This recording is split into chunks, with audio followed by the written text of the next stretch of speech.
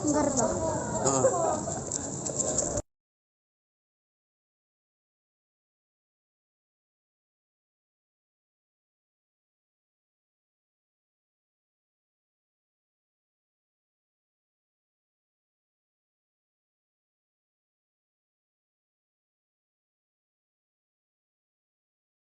Mas berdatangan memberikan kisah kepada anak yatim di depan.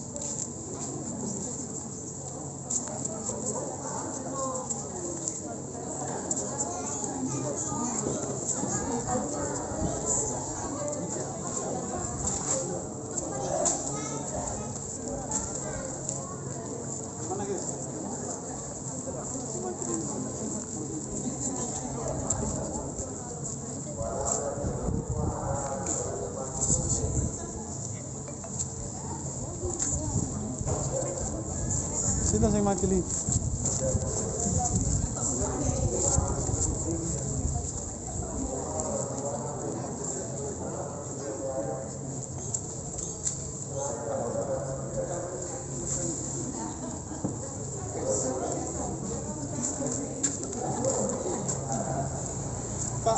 Pak Bakri, dilanjut. Sini Pak Bakri.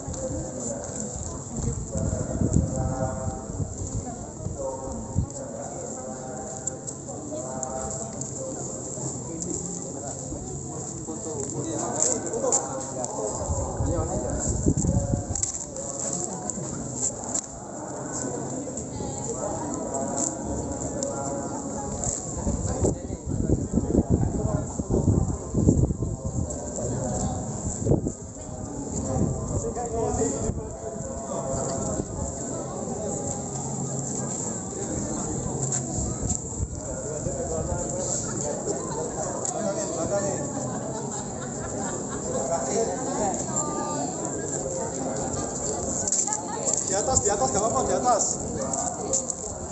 Ini sama tadi. Kamu deh, mana nih? Di atas Pak Mati, di atas Pak Mati. Pak Sata, Pak Nabi, Pak Mudin, Pak Dariful, Pak Riza, monggo ditunggu.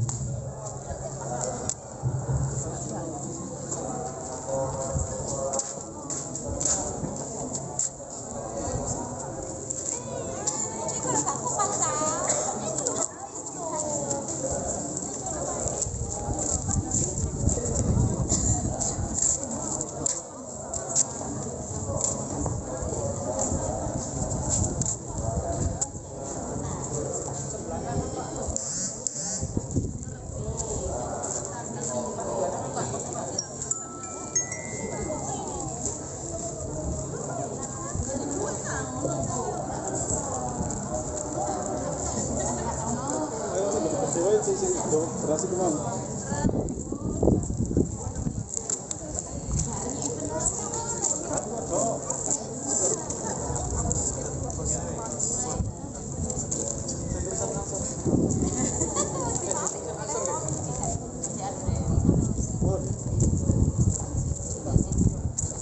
Ayo, 1, 2, 3, 1, 2, 3. Nggak boleh. Baik, terima kasih kepada Bapak bisa duduk kembali dan juga adik-adik dan depan bisa duduk kembali.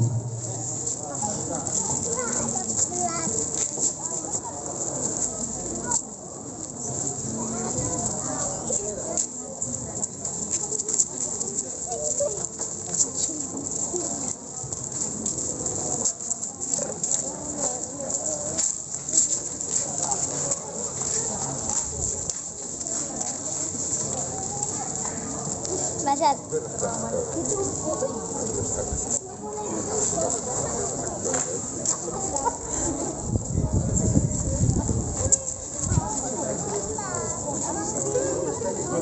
Baik Bapak Ibu hadirin sekalian, demikian acara pemberian santunan kepada segenap adik-adik Ibu yang ada hari ini.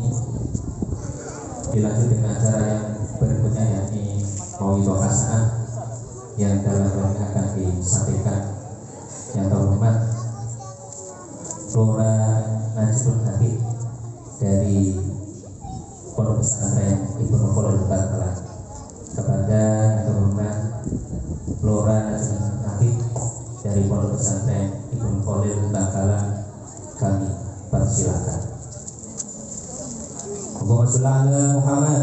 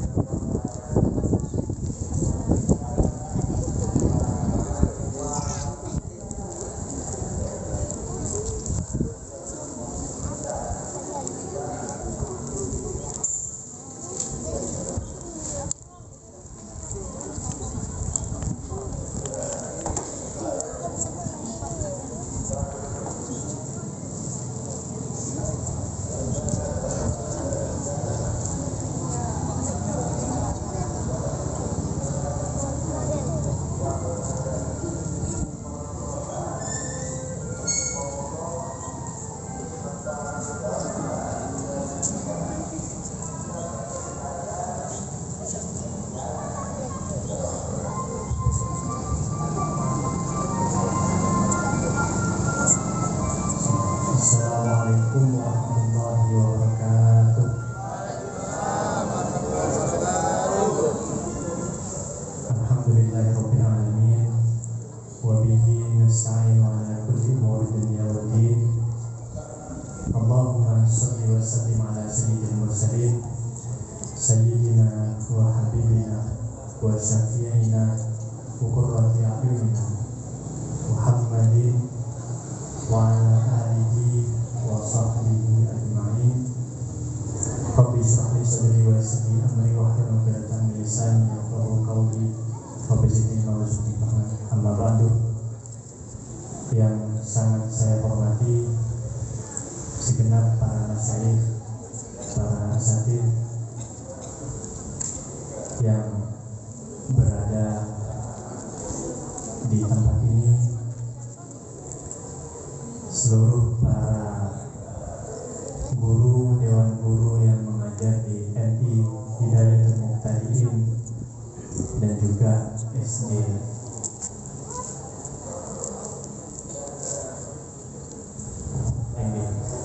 Yang tidak bisa saya sebutkan namanya satu persatu karena kurang dari saya sendiri, namun sama sekali tidak mengurangi rasa hormat dari saya terhadap panjenengan semua sedikitpun. Dan juga yang saya hormati Kepala Desa Glatik beserta jajarannya. Yang saya hormati pula segenap para pengurus ranting NU, Ketua Rijalul Ansor beserta banom-banom di bawahnya yang saya sayangi dan saya banggakan. Dan terakhir, tak lupa pula yang sangat saya hormati segenap para hadirin wal hadirat, adik-adik sekalian, bapak-bapak sekalian, ibu-ibu sekalian yang sangat saya hormati dan saya banggakan. Alhamdulillah pada sore hari ini kita dapat berkumpul bersama di tempat yang insya Allah penuh barokah ini, yang mana mudah-mudahan berkumpulnya kita di tempat ini pada sore hari ini tidak hanya dijadikan sebagai perkumpulan di dunia saja, akan tetapi terus berlanjut sampai di akhirat nanti, terus berlanjut sampai kita berada di surganya Allah Subhanahu wa Ta'ala. Amin, Allahumma amin. Bapak-bapak, ibu-ibu sekalian, yang kedua, mudah-mudahan sholawat serta salam dari Allah Subhanahu wa Ta'ala terus terus ditumpahkan kepada Nabi beliau, kepada nabinya yaitu Nabi besar Muhammad Shallallahu Alaihi Wasallam, yang mana Nabi Muhammad ini diutus kepada kita semua, membawa salah satu misi besarnya beliau adalah diutammima makarimul akhlak, sebagaimana yang sering kita dengar, yaitu untuk menyempurnakan akhlak-akhlak untuk umatnya di muka bumi ini. Bapak-bapak, ibu-ibu sekalian yang sangat saya hormati, sebelumnya saya ingin menyampaikan bahwasanya saya memohon maaf yang sangat besar bahwa sebetulnya saya berada di tempat ini, berada di hadapan jenengan semua, sangat-sangat tidak pantas, sangat jauh dari kata pantas. Namun karena saya selalu dipesan oleh orang tua, oleh para guru, bahwa ketika kita diundang oleh seseorang, baik yang kita kenal maupun tidak, ketika kita diminta oleh orang yang kita kenal maupun yang tidak, sebisa mungkin kita usahakan untuk memenuhi permintaannya, sebisa mungkin kita berusaha untuk memenuhi undangannya, dan itulah yang saya lakukan pada hari ini.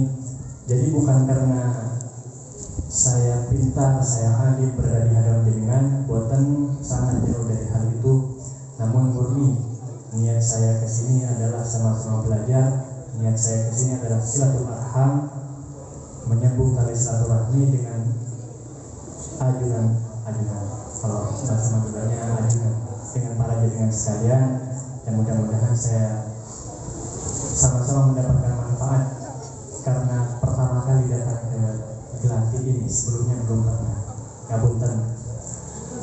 Dan juga ngapunten kepada jenengan para sesepuh yang berada di desa ini apabila ada nantinya ucapan maupun tingkah dari saya yang kurang berkenan di hati jenengan semua, saya mohon maaf berterima kasih. Para hadirin hadirat rahimakumullah, kita pada sore hari ini berkumpul bersama dalam keadaan berpuasa di bulan yang suci ini, di bulan Ramadan, yang mana kita semua ini, orang-orang yang berpuasa itu sangat dimuliakan oleh Allah, sangat dibanggakan oleh Rasulullah Shallallahu Alaihi Wasallam, yang mana Allah Subhanahu Wa Taala telah berfirman, dalam Al-Quran surat Az-Zumar ayat 10, innama yuwaffas sabirun ajrahum bighairi hisab. Al-ayat yang artinya innama yuwaffas sabirun, sesungguhnya kata Allah Subhanahu wa taala disempurnakan untuk orang-orang yang sabar, ajrahum yaitu ganjaran mereka, pahala mereka bighairi hisab, dengan tanpa hisab. Para ulama menafsirkan as-sabirun di sini sebagai orang-orang yang berpuasa. Dan para ulama menerangkan bahwasanya puasa kita ini adalah kegiatan yang akan menjadi benteng bagi kita, hisnun hasin minan nar, yang akan menjadi benteng bagi kita kelak dari api neraka. Jadi puasa yang kita laksanakan ini akan menjadi penjaga kita, akan menjadi benteng bagi kita dari api neraka di akhirat nanti. Dan selain menjadi benteng dari api neraka, puasa kita ini juga menjadi pelindung kita dari syahwat-syahwat kita, dari nafsu-nafsu yang merusak diri kita. Bahkan secara penelitian dikatakan bahwasanya memang pada dasarnya seseorang itu dianjurkan untuk berpuasa dalam setahun itu 30 hari, minimal 30 hari. Jika tidak demikian, maka apa yang dia konsumsi itu akan merusak dirinya sendiri secara perlahan-lahan. Jadi memang syariat Islam, ajaran yang dibawa oleh Nabi Muhammad SAW sejak dahulu kala itu sangat banyak faedahnya, sangat banyak manfaatnya, yang bahkan beliau mengatakan itu sebelum adanya alat-alat canggih seperti di zaman sekarang, alat-alat untuk meneliti canggih di zaman sekarang. Akan tetapi memang karena agama ini adalah dari Allah, ajaran ini adalah dari Allah, maka langsung dari sumbernya apa yang diajarkan oleh Nabi Muhammad itu sangat benar dan banyak manfaatnya. Hadirin rahimakumullah, Kanjeng Nabi Muhammad SAW berkata, asyamu junnatun wa hisnun hasin minan nar. Puasa ini adalah benteng bagi kita semua dari api neraka.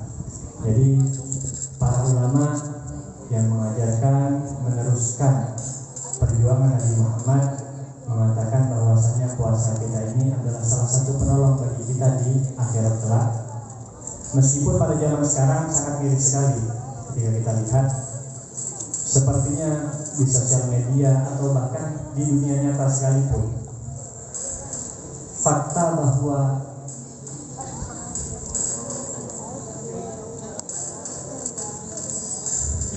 di sini istilahnya mokel juga, kalau batal puasa mokel itu di sosial media maupun di dunia nyata itu sangat banyak kita lihat orang-orang yang mokel dengan tanpa rasa malu.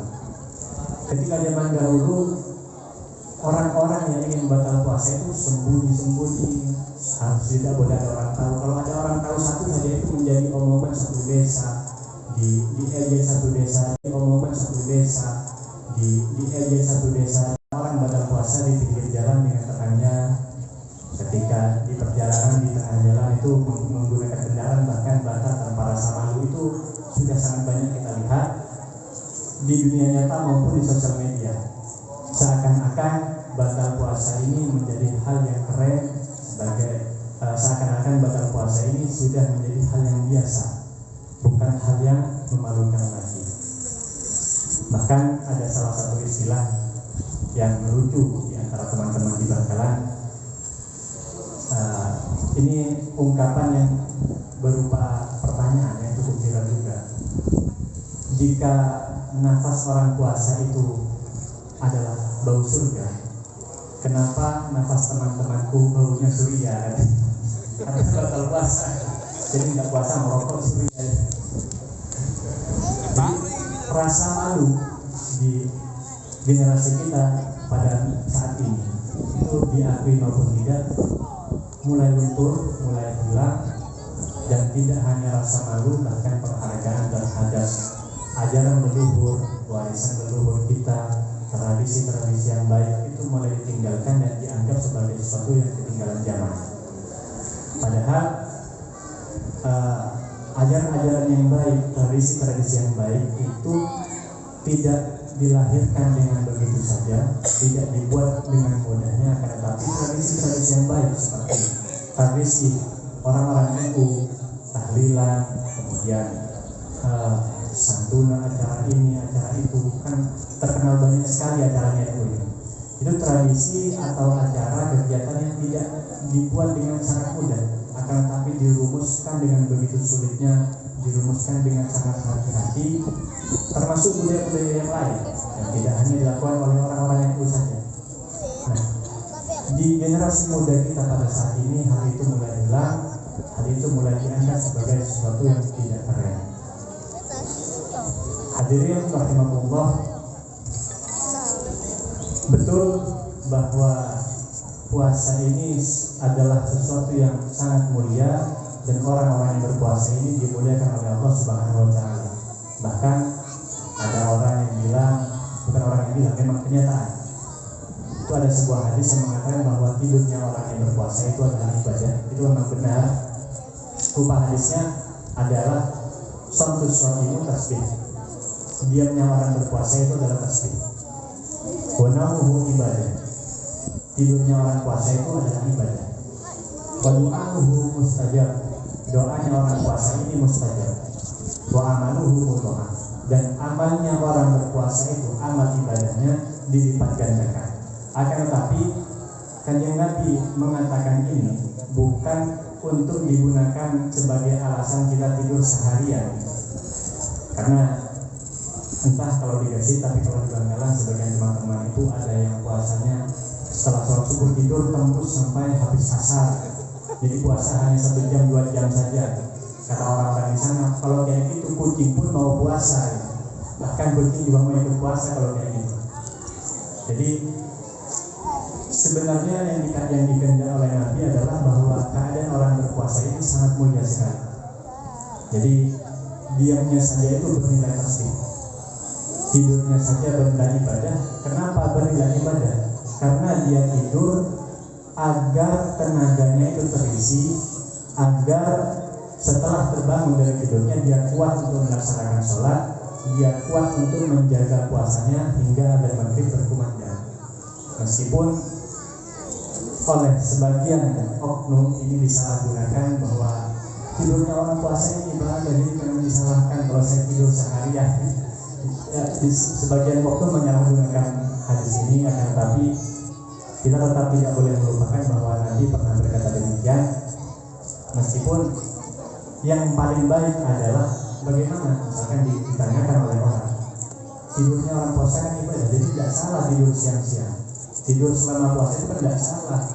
Kenapa kita disalahkan tidur selama bulan puasa? Enggak gitu juga. Jadi yang baik adalah kita bangun, kita beraktivitas sebagaimana biasa, tetap menjaga ibadah-ibadah kita yang wajib. Itu yang lebih baik, tanpa harus tidur seharian. Apakah tidur seharian salah? Ya enggak salah juga, tapi enggak terlalu benar juga. Jadi andai kata kita disuruh milih, diberi pilihan, ingin kaos saja, apa sarung saja, ingin pakaian saja, apa sarung saja. Mungkin sebagian orang ini saya pakaian saja, sarungnya sudah ada. Sebagian orang ini saya sarungnya saja, pakaian sudah ada. Tetapi orang yang pintar, ketika diberi pilihan dua itu pasti akan memilih yang enak pakai pakaian, pakai sarung dua-duanya gitu. Kenapa harus salah satunya? Gitu. Jadi kalau bisa kita mendapatkan puasa dengan kegiatan yang penuh, dengan tidak tidur seharian, maksudnya puasa di siang hari bangun, kita ngaji, kita sholat dan lain sebagainya. Tidak hanya sholat wajib, kita sholat sunnah juga. Kalau bisa begitu, kenapa harus pilih yang tidak terlalu bagus, tidak terlalu sempurna, istilahnya begitu. Jadi memang kenyataan pada zaman hari ini lumayan sulit untuk kita jelaskan, akan tetapi itu sudah menjadi fakta lapangan. Ketika ada sebagian teman yang bertanya kepada saya, bagaimana jika saya bangun itu puasa saya nanti batal karena orang-orang yang saya kumpul di orang-orang yang saya temani adalah orang-orang yang suka menggoda saya untuk batal puasa. Teman-teman saya ini orang-orang yang tidak puasa begitu. Nanti saya kalau bangun saya tergoda ikut mereka. Jadi sebaiknya saya tidur saja supaya puasa saya tetap penuh, istilahnya begitu. Saya tidak bisa menjawab itu, saya hanya terbuka. Paling-paling saya hanya berpesan, yang penting kewajibannya dijaga mas. Yang penting kewajibannya dijaga, sholat lima waktu dijaga, terserah sampai setelah itu. Ya begitu saja. Terus hadirin rahimakumullah, alhamdulillah saya sangat senang sekali pada sore hari ini diundang ke acara ini, yaitu yang disertakan dengan santunan untuk anak-anak yatim, adik-adik kita anak yatim. Memang di bulan puasa ini sangat banyak orang-orang yang di pinggir jalan berbagi takjil, berbagi bersedekah. Itu seakan-akan ketika di bulan Ramadan ini melonjak jauh daripada bulan di luar Ramadan. Dan ternyata itu memang dianjurkan dalam agama kita. Berbagi takjil, berbagi makanan untuk orang-orang yang berpuasa itu sangat dianjurkan oleh para ulama, bahkan oleh Nabi sendiri dianjurkan. Nabi Muhammad SAW pernah berkata, "Man fattara sha'iman fi Ramadan min kasbin halal, shallat 'alaihi al-malaikatu layali Ramadan kullaha. Wa shafa'ahu Jibril lailatul qadri, wa man shafa'ahu Jibril taksuluhu wa yariqu qalbuhu." Al-Hadits al-Qur'an. Dan Nabi Muhammad berkata, barang siapa yang memberi makan orang yang berpuasa, barang siapa memberi makan orang berpuasa di bulan Ramadan dari hasil pekerjaan yang halal, min kasbin halal, dari hasil pekerjaan yang halal, itu malaikat akan memintakan ampun bagi orang tersebut sepanjang setiap malam sepanjang bulan Ramadan. Malaikat akan memintakan ampun untuk orang itu sepanjang bulan Ramadan setiap malam. Salat alaihi malaikatu layali Ramadan kullaha. Wa shafa'ahu Jibril lailatul qadri. Dan ketika malam Lailatul Qadar tiba, orang yang gemar memberi makan orang yang berpuasa dari harta yang halal, gemar bersedekah, memberikan sedekah kepada orang yang berpuasa, itu ketika malam Lailatul Qadar tiba, malaikat Jibril akan menemuinya dalam tidak secara terang-terangan dan tidak dalam kasat mata, tetapi shafa'ahu Jibril. Malaikat Jibril memberikan salam kepada dia, memberikan kabar gembira untuk dia. Dan waman shafa'ahu Jibril taksuluhu wa yariqu qalbuhu. Tanda bahwa seseorang itu biasanya sudah dihampiri oleh malaikat Jibril adalah taksuluhu, air matanya banyak, dalam arti dia mudah menangis. Kenapa mudah menangis? Bukan artinya banyak cobaan, bukan berarti dia sedih, bukan. Akan tapi hatinya menjadi lembut. Wa yariqu qalbuhu. Ketika hati itu lembut, maka nasihat sekecil apapun akan mudah masuk ke dalam hati orang itu. Ketika hatinya keras, nasihat sebanyak apapun tidak akan bisa menyentuh hatinya sama sekali. Jadi orang-orang yang hatinya lembut, sebagai contoh ada salah satu kisah, salah seorang guru saya itu sudah sepuh sekali, diajak oleh anak-anaknya untuk jalan-jalan bersama saya. Kala itu beliau diajak jalan-jalan ke Jakarta, ke taman apa itu yang ada akuariumnya. Pokoknya itulah yang bisa melihat banyak jenis ikan, banyak jenis, ada lumba-lumba, ada ikan pari dan lain sebagainya. Kemudian di salah satu rangkaian dari tamasya beliau itu ada pertunjukan lumba-lumba. Jadi lumba-lumba itu beratraksi, dikasih makan, kemudian bisa mencium orang yang melihat, dipeluk atau melompat sesuai arahan si majikannya itu. Jadi orang yang menjadi majikannya yang sering memberi dia makan diikuti perintahnya, suruh muter dia muter, disuruh loncat dia loncat dan lain sebagainya. Nah, orang yang hatinya lembut ini justru menangis melihat itu. Ketika orang-orang tepuk tangan, ketika orang-orang tersenyum dan takjub, tapi orang ini justru menangis.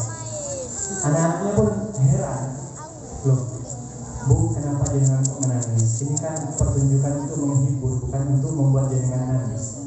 ibunya berkata begini, saya teringat begini, nah, itu lumba-lumba dikasih makan tiap hari saja nurut kepada majikannya, kepada pelatihnya dia nurut. Nah saya ini tidak hanya diberi makan oleh Allah, tidak hanya diberi makan, diberi nikmat yang banyak, akan tetapi saya masih susah untuk nurut kepada Allah, saya susah untuk taat kepada Allah. Jadi orang-orang yang hatinya lembut melihat hal yang tidak ada hubungannya dengan nasihat sekalipun, itu menjadi nasihat baginya. Seperti pertunjukan lumba-lumba tadi, padahal itu pertunjukan untuk menghibur orang-orang, kan, tapi bagi beliau itu adalah sebuah nasihat, sebuah teguran bagi dirinya. Lumba-lumba yang diberi makan tiap hari saja nurut, apalagi kita yang tidak hanya diberi makan oleh Allah, bahkan kita dikasih nikmat banyak sekali, dikasih nikmat bernafas, nikmat melihat, nikmat bisa berjalan dan lain sebagainya. Tapi kenapa kita masih susah untuk taat kepada Allah Subhanahu wa Ta'ala? Hadirin rahmatullah. Jadi ketika Nabi berkata bahwasanya orang yang memberi makan orang yang berpuasa itu dibentangkan ampun oleh para malaikat setiap malam bulan puasa, sebagian sahabat bertanya kepada beliau, wahai Nabi, kalau kami tidak punya kasbi halal, kalau kami tidak punya harta, bagaimana cara kami untuk tetap mendapatkan kemuliaan itu? Kata Nabi, ya kami bersedekah dengan sepotong roti saja. Sahabat tanya lagi, kalau sepotong roti tidak punya, kata Nabi, ya dengan secangkir susu. Sahabat tanya lagi, kalau tidak ada, kata Nabi, ya dengan sesuap makanan saja, kata Nabi. Kalau masih tidak ada, bagaimana? Maka surbatun minma, secangkir air saja, kata Nabi. Yang penting itu sedekah, memberi sedekah kepada orang yang berpuasa, maka malaikat akan memintakan ampun bagi kita sepanjang malam di bulan puasa. Mudah-mudahan kita termasuk dari orang-orang yang dimintakan ampun oleh para malaikat. Amin Allahumma amin. Bapak-bapak, ibu-ibu yang saya hormati, kemudian selama bulan Ramadan ini hendaknya kita untuk tidak menyia-nyiakan kesempatan bahwa di bulan Ramadan kita sama-sama tahu bahwa ibadah kita itu dilipat gandakan oleh Allah, yang mana ketika kita melaksanakan ibadah fardu di ibadah yang wajib di bulan puasa ini, maka pahala yang Allah berikan itu adalah 70 kali lipat. Jadi kalau flash sale itu biasanya flash sale atau diskonan beli satu dapat satu. Tapi kalau di bulan puasa ini ketika kita mengerjakan hal yang wajib, mengerjakan satu dapat 70. Ini flash sale besar-besaran, flash sale yang disediakan oleh Allah Subhanahu wa Ta'ala. Nah, ketika hal yang wajib kita lakukan itu dilipat gandakan sebagai 70 pahalanya. Ketika kita mengerjakan kesunahan bagaimana? Maka menurut para ulama, ketika kita mengerjakan kesunahan di bulan Ramadan ini, pahala yang diberikan oleh Allah adalah setara dengan ibadah fardu, ibadah yang wajib. Jadi yang sunnah kita kerjakan dianggap sebagai hal yang wajib, pahalanya setara dengan yang wajib. Hal yang wajib kita kerjakan, pahalanya dilipat gandakan sampai menjadi 70 kali lipat. Jadi alhamdulillah kita masih diberikan nikmat sehat sampai detik ini. Kita masih diberikan kekuatan untuk berpuasa oleh Allah. Kita masih diberikan kekuatan untuk beribadah di bulan puasa ini. Dan mudah-mudahan kesehatan ini dijaga oleh Allah sampai ke akhir hayat kita. Amin. Allahumma amin. Bapak-bapak, ibu-ibu yang saya hormati, kemudian salah satu hal yang mengharukan dari acara pada sore hari ini adalah acara ini juga seperti yang saya sebutkan tadi disertakan dengan santunan anak yatim, adik-adik kita, anak-anak yatim, adik-adik kita, yaitu orang-orang yang dekat dengan Nabi Muhammad SAW, yang barang siapa memuliakan mereka, maka oleh Nabi Muhammad dimuliakan pula dan dekat dengan Nabi Muhammad. Sebagaimana yang kita sama-sama tahu, kata Nabi Muhammad, dan siapa yang merawat anak yatim, dia denganku, dia dengan saya, kata Nabi, seperti ini, kata, seperti dua jari sangat dekatnya. Beliau mengisyaratkan jari telunjuk dan jari tengah. Jadi derajat orang yang memuliakan anak yatim dengan beliau itu sedekat ini, sedekat dua jari ini. Dan memang ada sebagian kisah yang dialami oleh ba'dus salaf, yang dialami oleh sebagian ulama salaf. Salah satunya bercerita, pada suatu ketika beliau itu pernah bertemu dengan orang ahli maksiat, dan ketika itu orang ahli maksiat tadi hendak pergi ke tempat maksiatnya, hendak melakukan maksiatnya seperti biasa. Kemudian di pertengahan jalan dia melihat seorang anak yatim yang lapar. Dia panggil anak yatim itu karena hati yang tersentuh melihatnya. Dia panggil, dia muliakan anak yatim tadi sebab lebih dari dia memuliakan anaknya sendiri. Dia beri makan, dia tanyakan bagaimana keadaannya, dia pedulikan lebih daripada dia memuliakan anaknya sendiri. Kemudian orang tadi yang memuliakan itu bermimpi dalam tidurnya di tengah malam, seakan-akan hari kiamat sudah tiba. Kemudian dia oleh malaikat penjaga neraka ditarik dengan sangat kasar sampai dia ketakutan sekali, berteriak-teriak minta tolong, akan tetapi tidak ada yang menolongnya. Ketika sampai ke pintu neraka, tiba-tiba ada anak yatim yang dia tolong di siang hari tadi itu berkata kepada malaikat penjaga neraka, "Malaikat, tolong dia lepaskan orang ini." Kata malaikat, "Tidak bisa, orang ini bagiannya di neraka, ini tidak bisa saya lepaskan. Tugas saya adalah membawa dia ke neraka." Kata anak yatim tadi, "Tolong lepaskan saya pinta." Malaikat tetap tidak mau, hingga akhirnya Allah sendiri yang memerintahkan agar malaikat melepaskan orang tadi. Kata Allah, "Orang ini karena memuliakan anak yatim di siang hari tadi, saya ampuni dosanya, saya muliakan derajatnya, dan lepaskanlah dia dari api neraka." Kemudian dia terbang, orang ahli maksiat terbang, dan dia berkata kepada ulama salaf yang menceritakan ini, "Sejak hari itu sampai saya mati, saya memuliakan anak yatim selalu. Saya selalu memuliakan anak yatim sejak saat itu sampai kelak akhir hayat saya tiba." Di kisah lain ada seorang ahli maksiat juga yang sudah sangat terkenal, berbuat onar di desa, dia selalu berbuat masalah di desa, bermabuk-mabukan dan lain sebagainya. Kemudian suatu ketika dia meninggal dunia. Di keluarganya dia itu hanya hidup berdua, hanya dia dengan istrinya saja. Jadi ketika suaminya meninggal, istrinya meminta tolong kepada masyarakat, "Tolong ini suami saya meninggal, tolong uruskan, tolong dimandikan, tolong begini." Tapi tidak ada yang mau menolong, karena dia itu terkenal sangat bejat, sangat sering membuat onar dan membuat masalah di desa itu. Jadi meminta tolong kepada orang-orang untuk mengapai, mengangkut, memandikan, menguburkan, tidak ada yang mau. Akhirnya istrinya terpaksa untuk membayar orang, saking tidak ada yang mau. Dia membayar orang untuk memandikan suaminya, mengapai suaminya, lalu suaminya itu jenazahnya dibawa ke musola.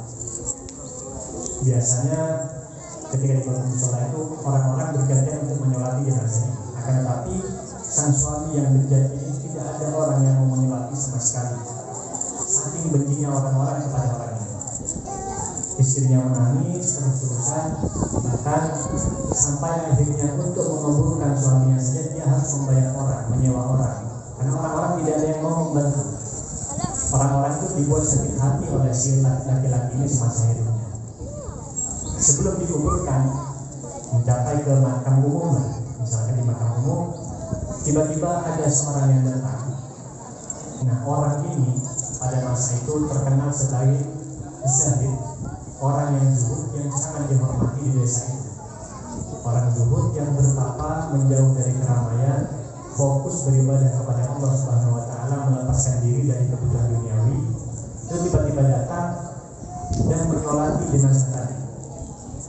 Seketika gempa di desa itu, orang-orang mengatakan, orang itu kiai, anggaplah kita katakan kiai orang itu tadi.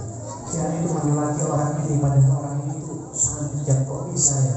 Sudah sebar satu desa, dan hingga mereka akhirnya berkumpul ke makam umum tadi dan ikut menyolati jenazah tadi. Karena kiai yang terkenal dihormati sangat disegani tadi itu menyolati pertama kali. Jadi semuanya ikut untuk menyolati. Kemudian orang-orang yang heran bertanya kepada istrinya, "Bu, ini suami jenengan kok bisa begini? Kok bisa sampai kiai itu yang sangat disegani karena zuhudnya, karena solehnya, kok bisa sampai menyolati, bagaimana ceritanya? Apakah dia orang baik?" Kata istrinya, "Demi Allah tidak. Suami saya ini orang yang sangat bejat, kalian tahu sendiri. Suami saya siang itu pergi ke tempat mabuk-mabukan, pulang hanya tidur, pergi mabuk-mabukan, tidur lagi, hanya begitu saja." Terus ditanya sama orang-orang masyarakat yang penasaran, pasti ada kebaikan yang dia lakukan. Tolong, ada yang ingat apa untuk menjadi motivasi bagi kami, untuk menjadi pelajaran bagi kami. Istrinya ingat-ingat, akhirnya dia bercerita istrinya. Kalau ini dianggap sebagai kebaikan, kata istrinya, setiap hari suami saya berpesan bahwa di rumah mereka jangan sampai pernah sepi dari 1 atau 2 anak yatim yang dikasih makan, diberi makan. Ternyata suaminya ini seseorang yang sangat peduli kepada anak-anak yang ditinggal oleh ayahnya, yang meninggal ayahnya, itu dirawat, diberi makan setiap hari, minimal 1 atau 2 orang, jangan sampai tidak ada. Pesannya sang suami kepada istrinya. Dan suatu ketika istrinya teringat bahwasanya sang suami itu pernah suatu kali mabuk, dan ketika tersadar dia berkata, dia menangis senangis-nangisnya dan berkata, "Ya Allah ilahi, wahai Tuhanku, di manakah bagian neraka yang pantas untuk orang senajis saya ini?" Kata orang ini. Dia merendah di hadapan Allah, dia bertaubat kepada Allah, kemudian meninggal. Dan orang soleh tadi, sang kiai yang soleh yang dulu tadi, ditanya oleh masyarakat, bagaimana jadinya kalau tiba-tiba tahu ada orang meninggal dan tiba-tiba tergerak untuk menyolati orang ini. Si orang soleh berkata, "Saya tadi sedang sholat, sedang beribadah. Tiba-tiba ada suara yang menyuruh saya untuk pergi ke sini, carilah orang yang mau dibolehkan, akan tapi tidak ada orang yang mau menolong. Jadi saya datang dan saya sholati dan saya kuburkan orang ini," katanya. "Dan saya yakin tidak mungkin orang ini orang biasa, kecuali dia ini orang yang sangat mulia." Kita pendengar cerita ini sama-sama bisa menggali hikmah bahwasanya apa yang membuat orang tersebut menjadi mulia, yaitu karena kepedulian yang sangat besar kepada anak-anak yatim, karena kepedulian yang sangat besar kepada anak-anak yang ditinggal oleh ayahnya.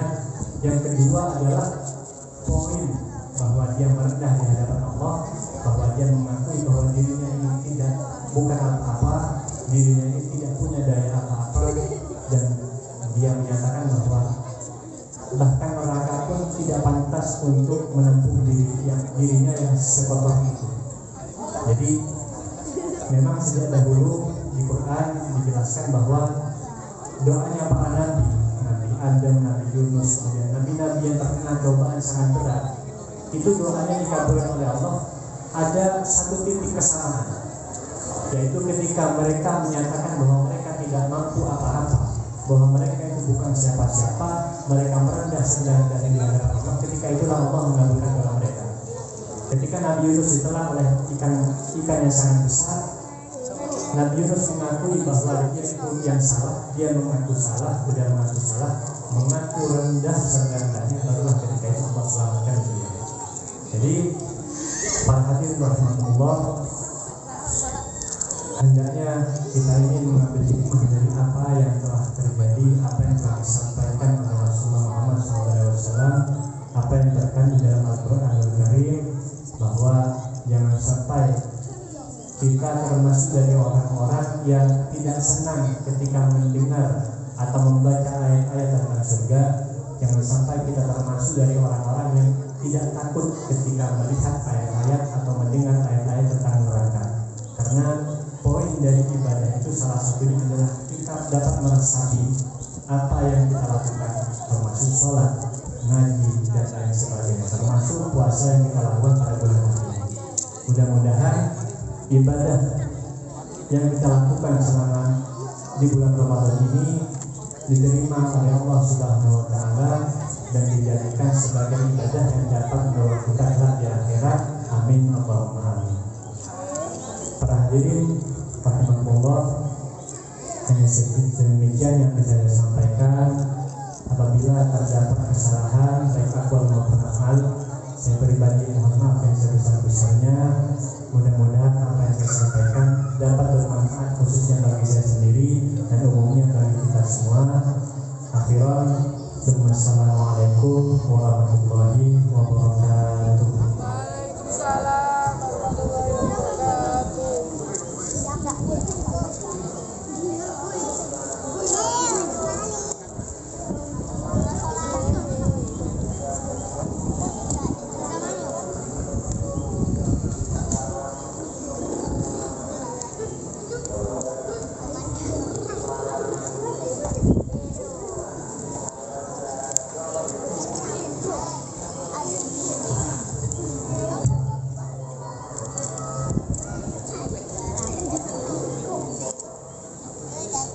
Bapak Ibu hadirin sekalian, demikian maudhu hasanah yang telah disampaikan oleh yang terhormat Gelora Najrun Nahid. Kepada beliau kami haturkan banyak terima kasih.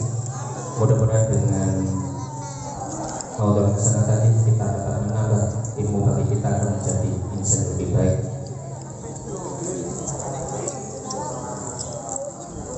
Acara yang berikutnya ini penutup yang disempurnakan dengan doa yang dalam ini akan dipimpin yang terhormat Bapak Imamuddin Dumateng Bapak Jirozim Kaulo Sumenggata.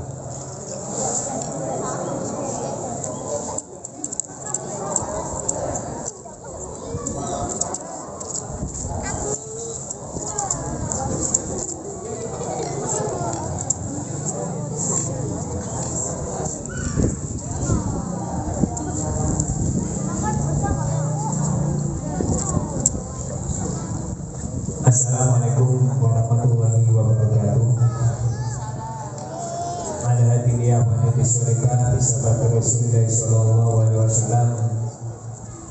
Qira'atul Fatihah.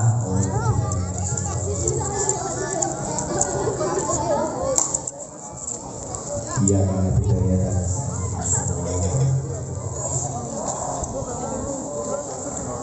A'udzu billahi minasyaitonir rajim. Bismillahirrahmanirrahim. Alhamdulillahirabbil alamin. Hamdan yu'afina wa yukafi mazidah. Ya Rabbana lakal hamdu kama yanbaghi li jalali wajhika wa 'azimi sultanik. Allahumma shalli ala sayyidina Muhammadin al-Fatih lima ughliqa wal khatim lima sabaqa nasiril haqqi bil haqq wal hadi ila siratikal mustaqim wa ala alihi haqqa qadri wa miqdaril azim. Allahumma shalli salatan kamilah wa sallim salamatan tamah ala sayyidina Muhammadin alladzi kana khalqul qad wa tanfa'u bil qur'an wa tudabul hadis wa tunan biro wa qutul qawatin wa tasir wa biwajil karim wa ala alihi wa sahbihi fi kulli mahadin wa nafasin ta'adda di kulli malbulan. Allahumma shalli ala sayyidina Muhammadin nuril dzati wa sirri sarfi sa'il asmi wa sifati wa ala alihi wa sahbihi wa sallam. Allahumma inna nas'aluka ilman nafi'an wa as'aluka rizqan wasi'an katsiran wa matluban wa as'aluka amalan mutaqabbalan. Allahumma ftah bainana wa baina qawmina bil haqqi wa anta khairul fatihin.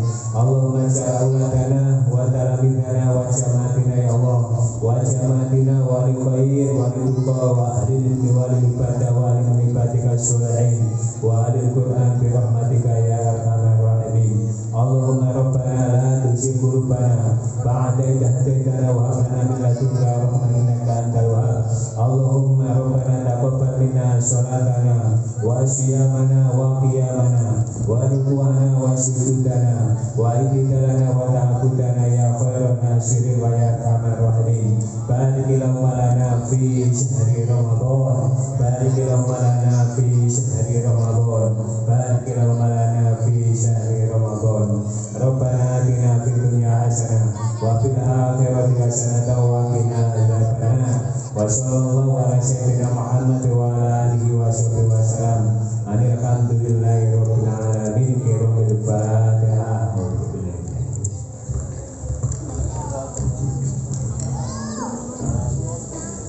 Maulaya sholli wa sallim daiman abada ala habibika khairil khalqi kullihim. Maulaya sholli wa sallim daiman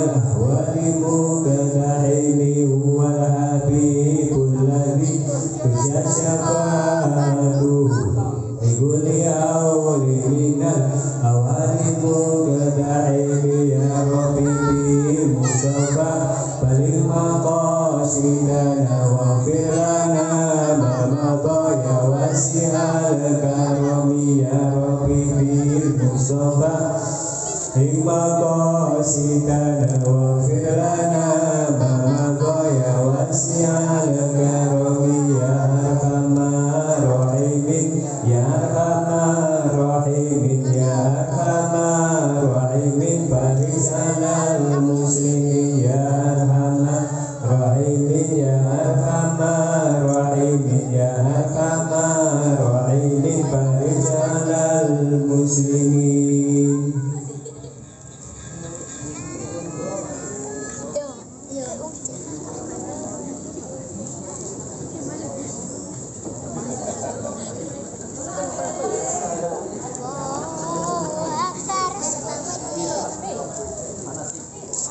Bapak Ibu hadirin sekalian, demikian acara buka bersama dan santunan anak yatim Gerakan Pemuda Ansor Anti Melati. Kami di sini selaku pemandu acara. Apabila dalam pemandu acara dari awal akhir ada banyak kekurangan kesalahan dari saya pribadi, kami mohon maaf yang sebesar-besarnya. Ihdinas siratal mustaqim. Wassalamualaikum warahmatullahi wabarakatuh. Acara berikutnya yakni buka bersama, dimohon untuk Bapak Pengurus Ranting Melati, Bapak Kepala Desa, Bapak Guru untuk beramah-tamah dengan Lora Najib Nakib di musola. Monggo.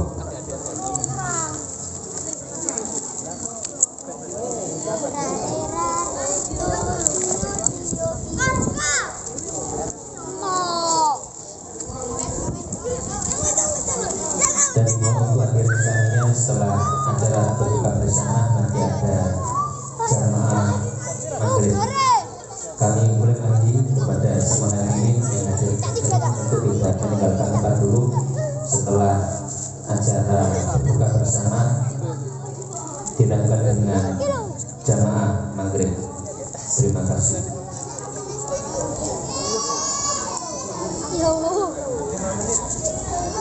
Enggak, tapi buka puasa.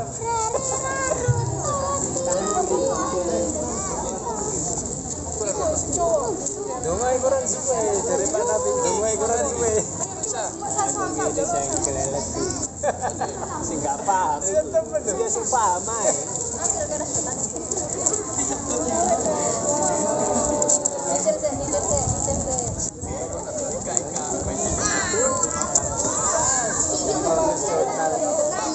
Buka bersama.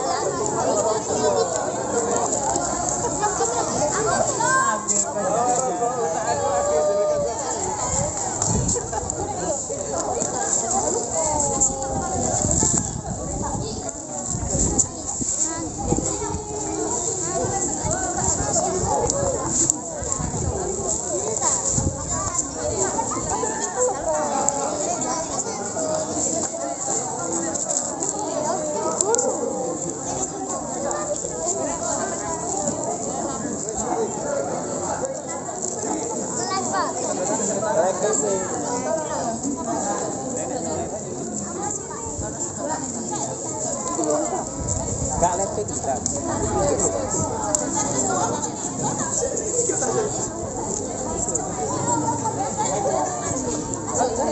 Aku lagi. Ayo.